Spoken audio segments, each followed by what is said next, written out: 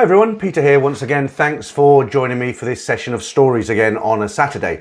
All right, before I get into these stories today, guys, I just want to, I've had the moaning minis on at me again, and I had a guy write to me. I'm not going to tell you his username because I don't want to embarrass him, because he will get embarrassed. And what he basically said to me, he said, look, when you read that first story out last week, do you remember that quite long story about Liam and Om? That was the one about the guy who went to Thailand for the first time. He met a girl there who'd been working in Phuket. They fell in love. He married her. They went back to Australia and they're living a very nice life together. And this guy who wrote to me in particular said to me, he said, look, far too many details in this story. It was too long. You could have shortened it down and half the length that it could have been. And what I'd like to say to that guy, if he's watching this one, no, I'm not going to cut out the details for several reasons, okay? So one, if you bought a book that had 200 pages and you read it, you wouldn't write to the publisher and say, look, this book was too long. You could have told the same story in 100 pages. You just wouldn't do it, would you? You'd accept the book. Secondly, I don't want to get to the point, because the whole point of these stories are, one, they're entertaining, and two, a lot of the guys have laid out their hearts in these stories and they're telling everybody what's happened to them. Good experiences, bad experiences. They are simply stories. Now, if you're one of these people who are very, very impatient and you want to get to the point, as the guy I'm talking to in particular said in his comment, then all I can suggest to you, there's two words that come to mind. They are fast forward. To everybody else out there, I hope you enjoy these stories. No details have been cut out. I'm going to jump straight into the first one. สวัสดีค่ะ I am 22 years old, and at the time of writing this, I am currently in Thailand for the first time. I have watched a lot of your videos along with some other YouTube channels, so I felt like, although it was my first time here, I was actually quite wise to everything that goes on, especially with the girls. I originally travelled here as part of a group tour that would last 18 days, and I intended to stay in Thailand on my own after the tour had finished. It started in Bangkok, and then we travelled south around some of the islands before flying from Phuket to Chiang Mai, which is where the tour would end. I was having a really good time travelling with the people on the tour, but as it was getting towards the end, I was looking forward to having some time here on my own. On the 14th day of the tour, we had travelled to Phuket from Phi Phi Island, and we had one night in Patong before catching an early flight the next morning to Chiang Mai. Phuket was one of the main places that I wanted to visit for a longer period of time once I was travelling solo. So that one night in Phuket, I logged into Tinder and started looking for people that I could potentially meet when I go back. I got talking to a few girls, but there was one in particular where the conversation was flowing and we seemed to have a decent connection. I explained my situation to her and that I would be back in Phuket in around 1 week, and she was happy with that and said she wanted to meet me. We carried on talking on WhatsApp while I was in Chiang Mai, and it was going quite well, but I have always thought that I am quite a good judge of character, and I just had a bit of a bad feeling about her at times. She seemed to have a very jealous and slightly crazy side to her.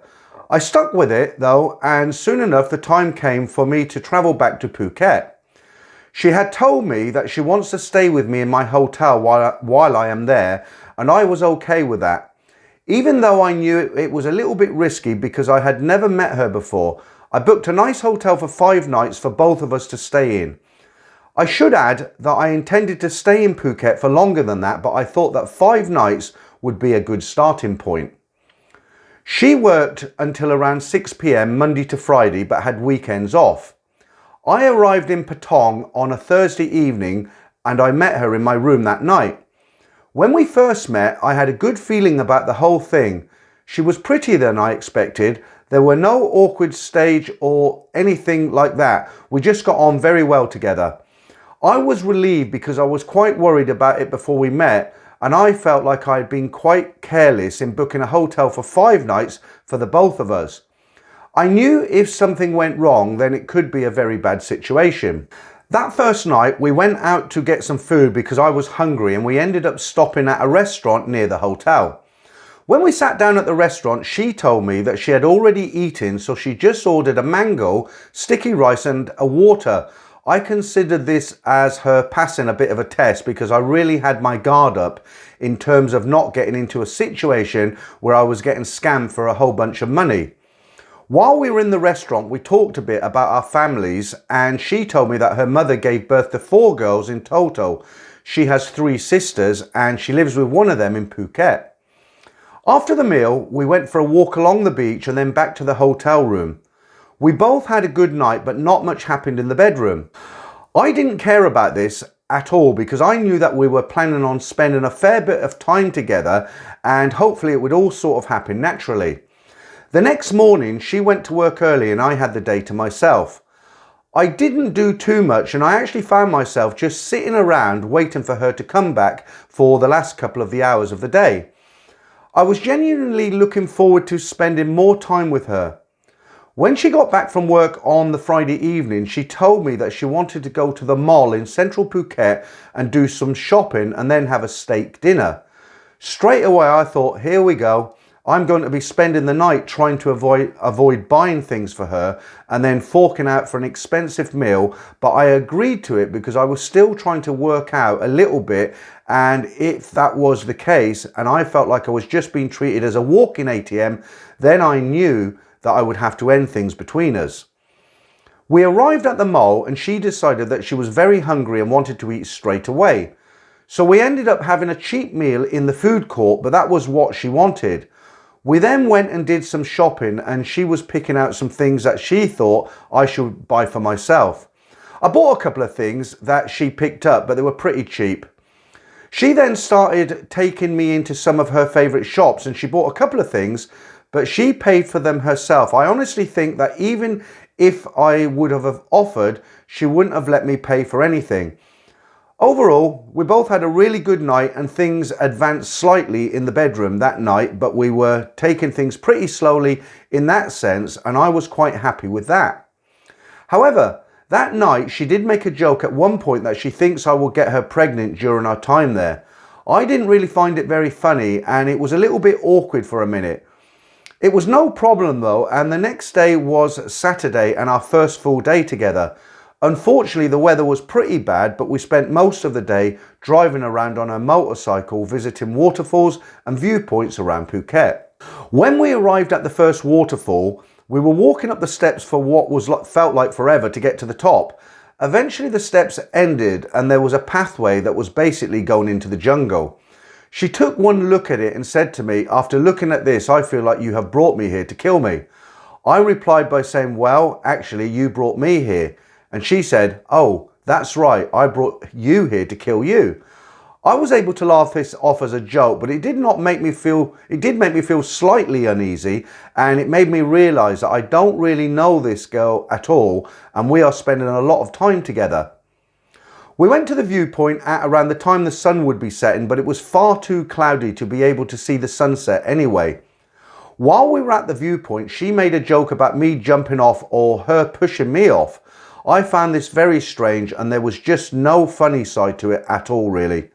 We then went to a steak restaurant for dinner and to my surprise again, it was a very cheap place and I was really starting to trust that she was not just using me for money or anything like that. However, while we were eating, she pretended to stab me in the neck with her steak knife and proceeded to say, "You are dead now, I've just killed you."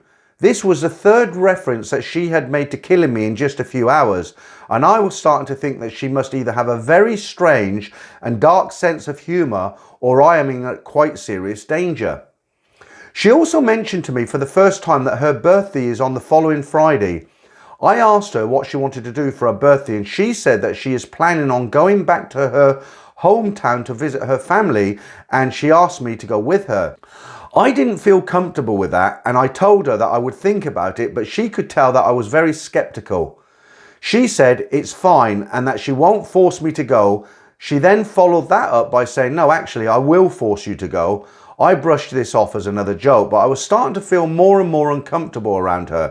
After the meal, we went back to the hotel for a bit because my football team were playing later that night, so I told her that I was planning on going out again to watch the match and that she can either come with me to watch or just stay in the room.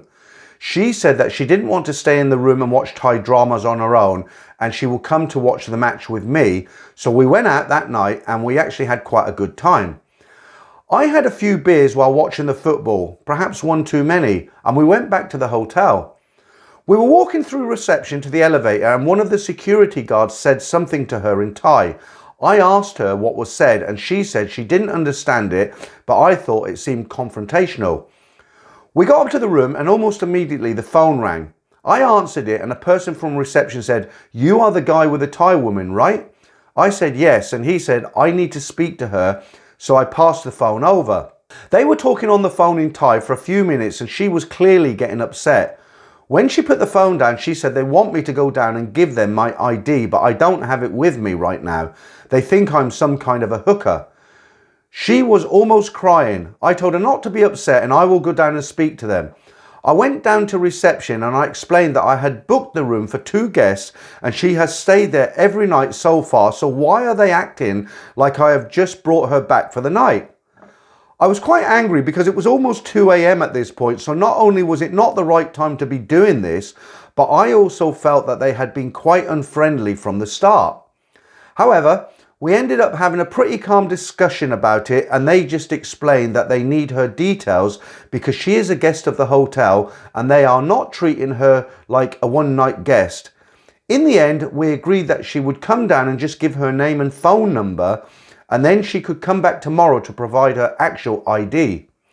So I went back up to the room and told her what was said and asked her to come down to just give a few details. She said that was fine, but that she was not happy with how the situation had developed, and I have to say that I agreed with her. We went back down together and she instantly marched up to the desk and was being very confrontational. It didn't take long to turn into a shouting match between her and some of the reception staff, and some security guards appeared behind us. I kept asking her to calm down, but it wasn't working and I felt like we were going to be kicked out of the hotel. I didn't know what was being said, but eventually it did calm down and she showed them a photo of her ID card from her phone. The guy at reception looked at it and then looked at me and said, "You know that's a ladyboy you're with, right?" I don't know where it came from, but without hesitation, I just said yes, and that was the end of it. Deep down, I was in shock and I didn't know what to do. I felt very let down, and not only had she not told me the truth, but she had purposely deceived me with some of the things that she had said. I think that was my instinctive reaction because at the time I was just in a mode of trying to calm the situation down, and if I would have done anything different it would have just escalated more, but I was now trying to think of the best way to get myself out of this situation. She wasn't very happy the next morning because she said that I showed her no affection during the night. I can't hardly remember it because I was quite drunk, but it's hardly a surprise. The next day she was going to have to go back to her house to get her ID card and then come back, which I knew would take at least an hour. My plan was to pack up my things and leave the hotel as soon as she went to do that. I know this sounds cowardly, and it is really, but I was just quite scared to be honest, and that night I had seen a very emotional and aggressive side to her. I just felt like telling her face to face and it wouldn't have ended well, and it could have been potentially dangerous. All day on that Sunday I was asking her when she would go home to get her ID card and she just kept saying later. I genuinely wasn't feeling too good that day. I think the mix of cheap steak and a lot of beer upset my stomach a bit, but I was making it out to be worse than it was, an excuse to not do much that day and just stay in the room. I was trying to pretend that everything was okay. We did end up staying in the room most of the day, but we did go out to get some food in the afternoon. As we left the hotel, she checked to see if her ID card was in her motorcycle, and just my luck, it was. We went to a restaurant and the mood while we were there was not good. I think she could tell that something was wrong, but she had actually been very kind to me all day and was trying to look after me because I wasn't feeling too good. While we were at the restaurant, I decided that when we get back to the room, it wouldn't be a good time to let her down gently and tell her that I'm going to leave. She must have been half expecting it at this point, which is why I thought it would be a good time. We weren't speaking much while we were there and it was getting very awkward, so I started making polite conversation and somehow we ended up sitting there laughing and joking the whole time. She then held my hand all the way back to the hotel, and when we got to the room she basically put me in bed and started neatly folding up all of my clothes. I decided that it wasn't the right time to end things with her because it just felt like she was happy and would not have taken it well at the time. It was about 3 p.m. on the Sunday and I went to sleep. She joined me in bed not long after I fell asleep and we didn't get out of bed until around 8 p.m. I was happy with this because I really just wanted that day to end. All we were doing in bed was sleeping and talking a bit. When we were talking, she was telling me all about how great her hometown is and trying to convince me to go. It ended with her making me promise that I will go with her and also promise that we will be together forever. I obviously didn't want to promise either of those things, but I just went along with it because I couldn't see what else I could do. She also got me to add her on Facebook and then she spent a few minutes on her phone before showing me her screen and saying, "This is your mum, this is your dad, this is your brother," etc. I asked her how to stop this because it made me feel very uncomfortable. And I felt that she was being extremely too upfront with basically forcing me to make those promises.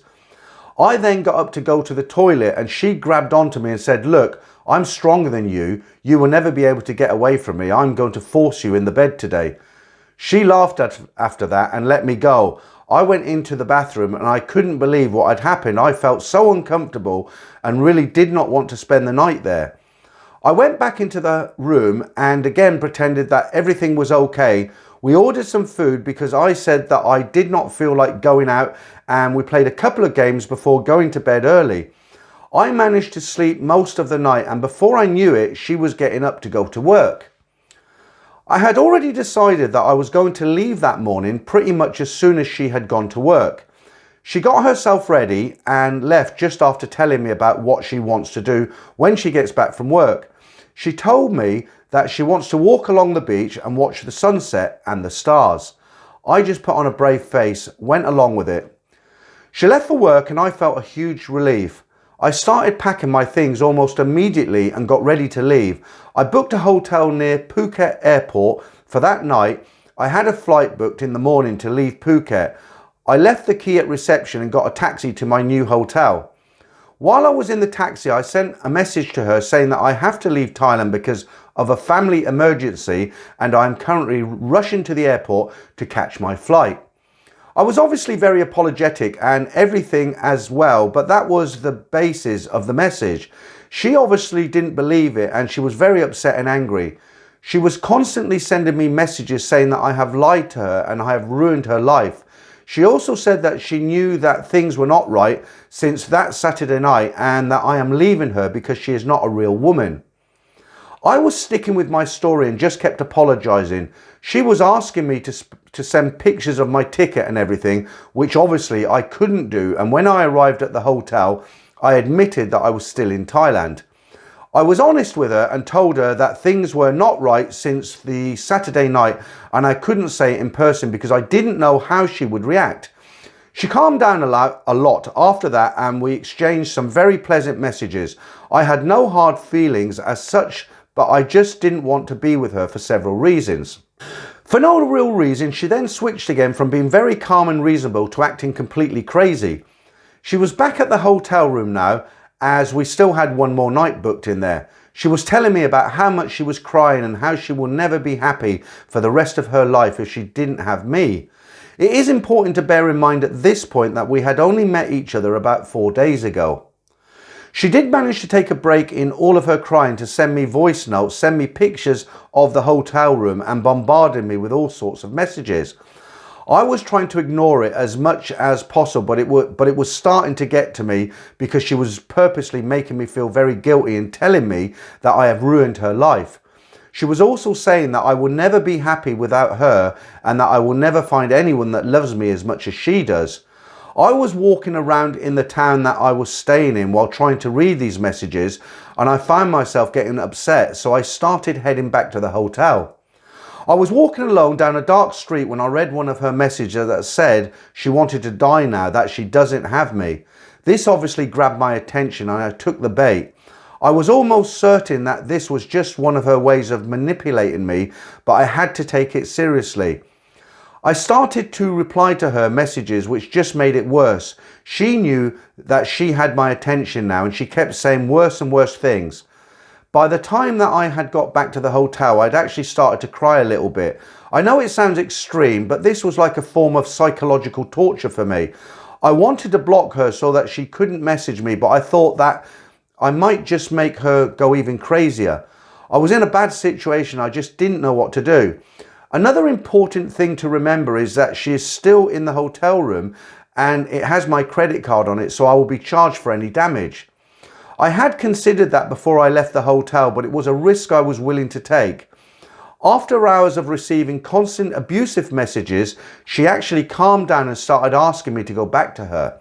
I said that it was not possible because I'm far away, so she asked if we could carry on messaging each other and maybe we could meet up again during my next time in Thailand. I agreed to that even though I had no intention of seeing her again. I did that because I thought she would take it much better if we carry on talking and it just sort of fizzles out over time. For days after that, she would message me as if we were in a relationship. It was so strange, but even stranger was that at least once a day she would just turn into being a completely abusive again, and it would last for about an hour before she just stopped, and it was like nothing ever happened. She then started begging me to see her again for her birthday. She said that she doesn't care if it's the last time, but she just wanted to see me for her birthday and say goodbye properly. I felt like the real reason was to either get me to spend a lot of money on her for her birthday, or she wanted to see me again to cause some kind of physical harm to me. I should also mention that ever since I left, she has been begging me to tell her where I am. I have been letting her down as gently as possible and telling her that I don't think I will ever see her again. And at the time of writing this, I've just about managed to shake her off. So hopefully that will be the end of it. I have her blocked on all social media apart from WhatsApp because I still worry about the things that she was saying. And so I think it's best that she has somewhere that she can message me. As I look back on it now, I start to think that I could have handled it better, but I believe that your best judgment of a situation is when you are living in it, and I just wanted it all to end with nobody getting hurt. I will be very interested to hear yours and your viewers' thoughts on this and whether people think I made the correct decisions. I will also expect that people will probably laugh at me, and that is fine as well. At the end of the day, if you don't laugh, you will cry. Okay, no, nobody's going to laugh at you. I can guarantee that. I think anybody who'd laugh at this story, they're just, you know, it's not even worth thinking about them. Okay, hindsight is a wonderful thing, isn't it? I mean, okay, look, the guy was 22 years old. Do you remember when you were 22? I made a lot of mistakes when I was 22. First time in Thailand, he met a very, very manipulative lady boy. Did he do anything wrong? Not really, because he lack of experience. What should you do? I have witnessed this where a guy has met a girl on a dating site. He's turned up, met her and discovered it was a ladyboy. It's simple. You just be totally honest. When you find out that person is a ladyboy, you just say, look, I went on here to date a lady. You've deceived me. You're a ladyboy. I'm not interested in ladyboys. Goodbye. That's it. That's the end of the story. You don't have to do anything more than that. All right. But to this guy being 22, I hope it doesn't sour your experiences of Thailand. I'm sure the next time you go back, you'll have a ball. You'll just be a little bit more careful on your choices. All right. This is quite a, it's not a love story, it's just a very, very short story sent in to me by a lady living in Bangkok, and it's just one of those things, only in Thailand. It's a very popular saying in Thailand, only in Thailand, and this is one of those things that can only happen in Thailand, okay? I have a short story that involves a friend who worked as an actress doing small parts in Thai TV and movies. She was thinking about buying a car but had zero driving experience. She knew I regularly played golf, so pestered me to take her golfing so she could practice driving the car, even though she had no interest in playing golf. I didn't want to do it because I thought she'd be bored with 4 to 5 hours on the golf course, but she was hard to say no to. I was standing a few yards away looking over the rental clubs when the golf cart guy pulled up with our cart. I was looking the opposite direction when I heard a scream and turned to see my friend shooting off towards the practice green with the guy running after her. Luckily, she took her foot off the accelerator, but unfortunately, she didn't find the brake pedal. The guy caught up to her about halfway across the practice green. Up to that point, the cart had not done any serious damage. Then the guy grabbed the steering wheel while jumping forward to lock the brakes, causing the cart to come to a sliding sideways finish, ripping holy hell out of the middle of the putting green. As he calmly reversed the cart back to the concrete, I started frantically calculating in my head the currency conversion rate on my credit card limits if I pulled them together. When he had the cart back to the starting position, he proceeded to quietly give my friend a 5-minute driving lesson like it never happened. My caddy loaded the clubs and we headed off to the first tee. We had a fun afternoon and she got plenty of driving practice without further incident. After the round, I was bracing myself for the reckoning, but not a word was said. You just have to love Thailand. And that's basically it, guys. Just a little experience there. So if you've got, a little story that you want to send in, I will read it. And at this point in the upload, let me just say, I'm sure there's guys and ladies out there who've sent me stories and you're thinking, why doesn't this guy why doesn't he read my story out? I will. If I don't read it, I write to everybody anyway. If I'm going to read, when your story is due to be read out, I'll send you an email saying it's due next Saturday. I'm going to read it out. And very, very rarely I turn down a story for a number of reasons. I think in 3 years, 300 stories, I've turned down 2 or 3. Either they're so badly written and I don't have the time to re-edit them, or they have a lot of slang, swear words and things like that. So if you've sent me in a story and you haven't heard from me, it will be read out, guys. One more thing I'd like to inject into the upload at this point. I do get people write to me and say, look, why don't you put subtitles on? Because my first language isn't English and it's very difficult for me to keep up. Well, you might not know this, but YouTube have subtitles actually built into their system. If you look at the bottom, there's a picture, like a little white keyboard. And if you click on that, it will bring up the text as I'm speaking. And it's quite good, actually. I looked at it the other day. The only thing is, some of the Thai words, it will make a mistake. So if I say patio, it will bring up patio, or a girl's name, a Thai's girl name, won't be right. But generally, I would say 98%, 97%, it's spot on. And if you're struggling with the story listening to me, then go ahead and get those subtitles up, and maybe you'll enjoy the content a little bit more. Okay, so let's jump straight into our third story, and this is another nice one. I guess 2008 is a good place to begin my story, as my first experience with the internet dating begins there too. I had separated from my wife of 20 years recently, and I had found myself very low on funds, as the end of the relationship was very costly for me. I had enough to put a deposit on a new home, but then I decided to go away from the city into the remote parts of Western Australia to earn a few extra dollars to get away from the pain of the separation and rent my new house out to help pay the mortgage off sooner. I had a plan to stay for 12 months in an exceedingly small remote Aboriginal village, which was a very long way from Perth, and to focus on my work and stay single to keep my life uncomplicated. I stayed out there for 8 years. I made good friends in the bush, and I had a wonderful time over the next 12 months. So then I decided to stay for another year, as I was offered a promotion, which meant I could pay extra off my mortgage. But then I began to get lonely, and so I decided to join a pen pal site called Interpals. Some of your listeners may have heard of it. I had messages from ladies all over the world, which surprised me because I was 40 years of age, and honestly, I thought that I was too old for anyone to be interested in me as a serious partner. I had never been out with an Asian lady, so I decided to respond to a message from a Korean lady who seemed to have an incredibly happy smile and looked quite attractive. She wrote back the next day, and we then continued to correspond for a few months until she asked to visit me. To cut a long story short, the Korean lady and I didn't really hit it off, but she met another guy in another Australian small village who was a gold prospector who liked her. She moved in with him, and later they got married. I then decided to bite the bullet and go and meet a lady from Thailand who had also been corresponding with me over the last few months. She was 7 years younger than me, so I was surprised that she would talk to an older man like myself. Her name is Joy, a nice friendly girl. I booked a ticket for December with Thai Airways. I was not an experienced traveller, as the only flight I'd ever been on internationally was a Boeing 707 in 1967 when I was just 10 years old, when my family emigrated from the UK to Australia as £10 POMs. As we were then known.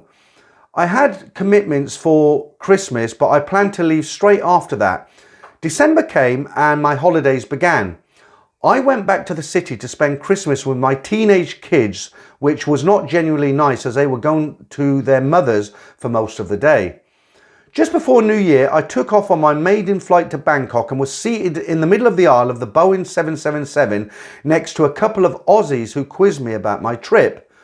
I explained it was my first trip to Thailand and wasn't sure what to expect.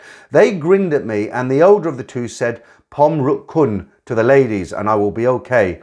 We shared a few drinks and settled into the flight. I wondered what these words meant. The flight landed and I could not believe my eyes as I was from Perth, a small city with a tiny international airport, and I was in the queue of hundreds of people waiting to go through customs in the largest airport I'd ever seen. Finally, I made it through to the exit, and there to meet me was Joy and her daughter, who was the only one that spoke English. It turned out that all of my messages and emails were read and responded to by Joy's daughter. Luckily, I was very polite whenever I wrote. I had only ever had one real relationship, as I dated one girl when I was 19 and married her and was with her for over 20 years. Therefore, I was very inexperienced at dating and meeting the ladies. We then walked to the multi-storey car park where Joy had parked her car. It was quite dark in there and quite warm, but the heat didn't bother me as I had been living in a very remote desert town where it was quite often 40°C or more. We drove out towards the hotel and the traffic became very heavy, but at least they were driving on the left-hand side of the road, which made me feel much more comfortable. My eyes were wide open, taking in all the sights, but I was surprised to see how dark it was, because it was only 5 p.m. I pressed the button to wind down the passenger window and instantly noticed that it was not dark at all. I then realised that all the windows as well as the windscreen had very heavy tinting on them. Of course, this is not allowed where I live. Joy's daughter said that they never wind down the windows in Bangkok traffic. I wondered why. Joy dropped me at the hotel and said she would come and see me tomorrow. After checking in, I spent an hour or so just looking out of my window and was amazed at the traffic and the large number of taxis. I certainly was a small town boy out of his depths in Bangkok. Later on, I went for a walk up the main road and was approached by a man who asked me to go into a bar as there were a lot of ladies there. I was unsure of what to do, so I just kept on walking. After an hour of walking, I went back to the hotel and settled in for the night.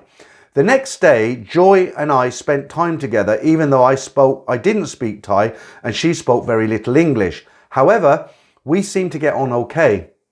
Joy never stayed with me at night time and we never even kissed, which suited me as I had hardened my heart to prevent myself from getting emotionally hurt. One evening, Joy said we are going to meet with her friends at an outdoor restaurant somewhere near a large shopping centre called Fashion Island. It was lovely there outside in the open. The weather was perfect. I was amazed to see TV screens showing English football around the walls. Everyone was very friendly, even though they did not speak English, and the food was fabulous. I had never eaten Thai food before, but I loved it. Everyone was speaking Thai, so I sat back and took in the environment.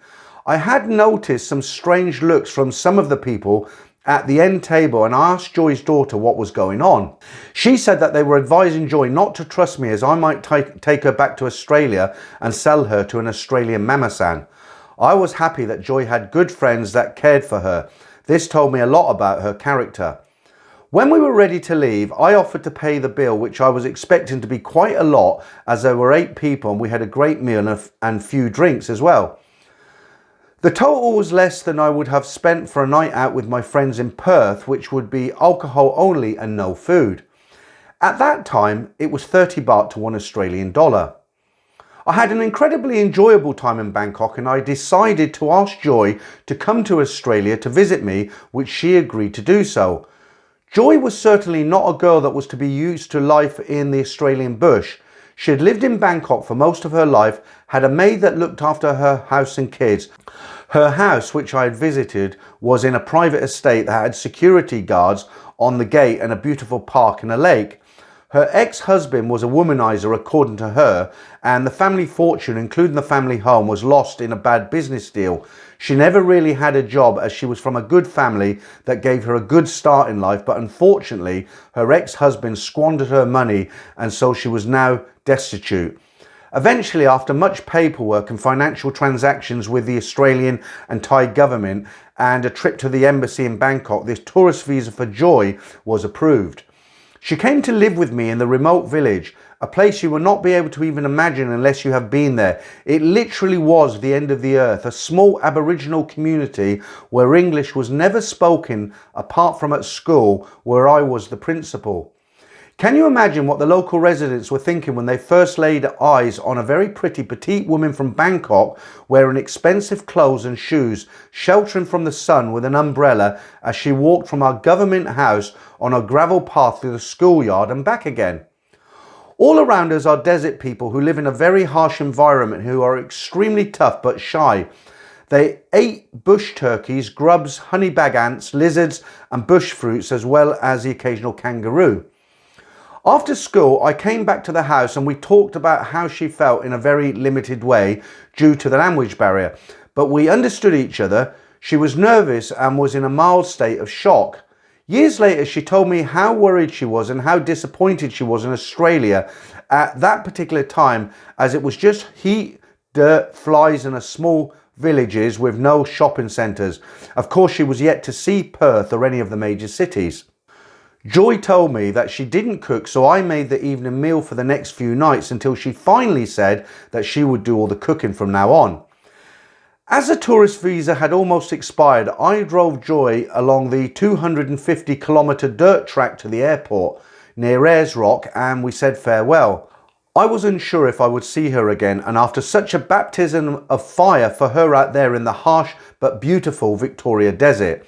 A year later, Joy and her daughter came to live with me as I moved around the Australian bush for 5 years, and then we all moved to Perth, where I now run a metropolitan school. Both Joy and her daughter are very proud people and have paid back all the money I spent on the visas, even though I never asked for it or even wanted it. Joy and I have now been married for almost 11 years and we are very happy together. We go back to Thailand every year to see her extended family, who I'm sure are relieved that I turned out to be a decent guy and I never ever did sell Joy to an Australian mama-san. Okay, so there you go guys, quite a nice story there, another successful one. Okay, so I hope you've enjoyed these 3 stories today, guys. And once again, I'm going to say it again, to anybody who watches these stories who want them shortened down to get to the point, I'm not going to do it, because the guys have written to me, they've taken the time to write these stories out, and as well as being educational, they're also entertaining. And if I listen to a story and it entertains me, I'm sure it's going to entertain everybody else. And no apologies for that, guys. So, you know, if you don't like the full story, what can I say? Okay, so I'll be with you guys on Friday for the live stream as always, 9 p.m. If you like what I do here, I would appreciate your support. There is a link in the description below, and at the very least, please subscribe to the channel, or you can become a member. All right, that's it for me. Once again, thanks for putting up with me for quite a long video, and I shall be back with some more stories next Saturday.